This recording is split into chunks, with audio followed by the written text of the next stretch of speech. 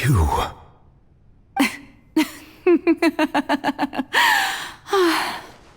Sorry. That shocked expression on your face is just too amusing. I couldn't help myself. You are not Farina. Who are you?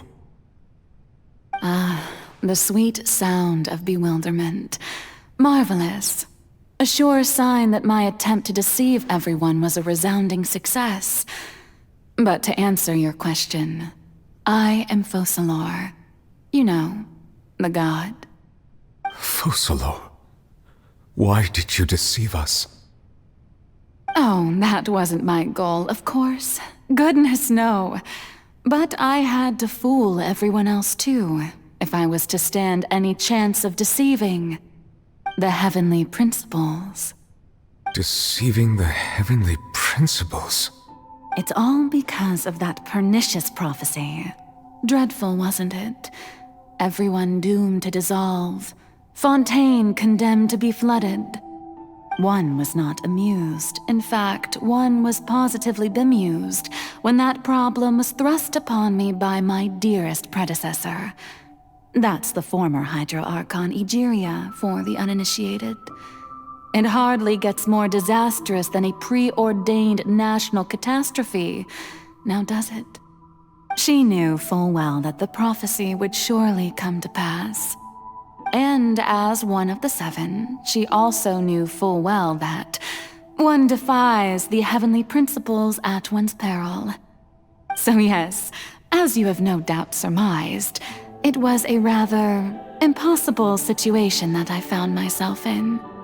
I spent a terribly long time mulling it over, alone on the ocean floor. And I was almost growing barnacles by the time I finally realized there was only one possible solution to this confounding conundrum.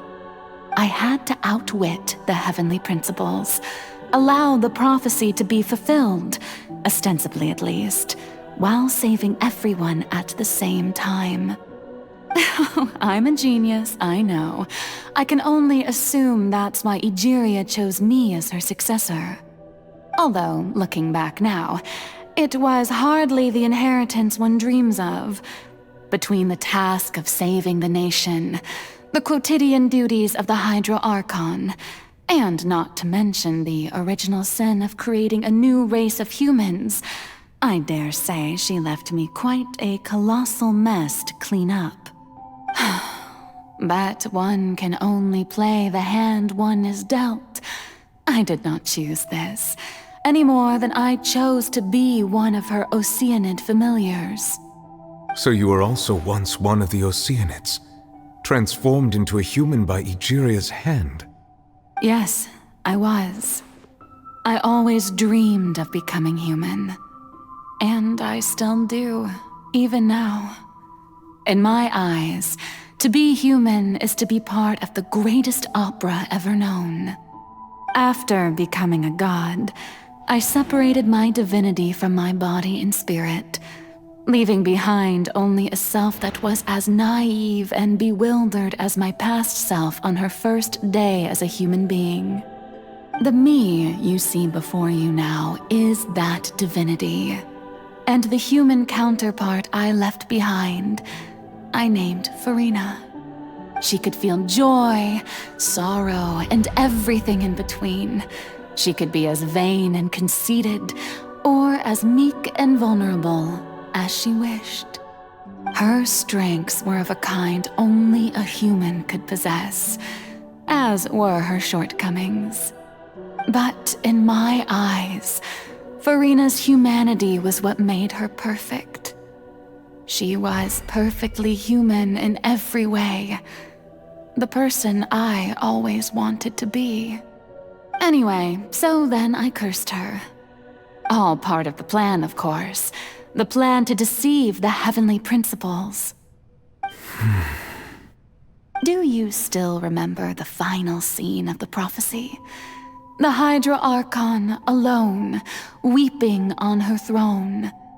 In order that the prophecy might appear fulfilled, I invited Farina to be an actress, to play the part of the Hydro Archon in the prophecy. Under the curse I placed on her, so long as I, Focalor's divinity, continued to exist, she could not die. But nor was she free to live her life in the pursuit of happiness. Instead, she was forced to take the stage in the opera house, to embrace the role of leading lady, to forever play the part of the god from the prophecy, all to create a deceitful appearance of that prophecy coming to pass. I suppose now you probably understand why your court is called the Opera Epiclese. But Farina is only human, isn't she? Even though she has had a long life, her mind is no stronger than that of any other ordinary human being. I cannot begin to fathom what she has had to endure. It must have been torture for her. It has indeed. And although she is, in a sense, me in human form, I most definitely owe her an apology for it.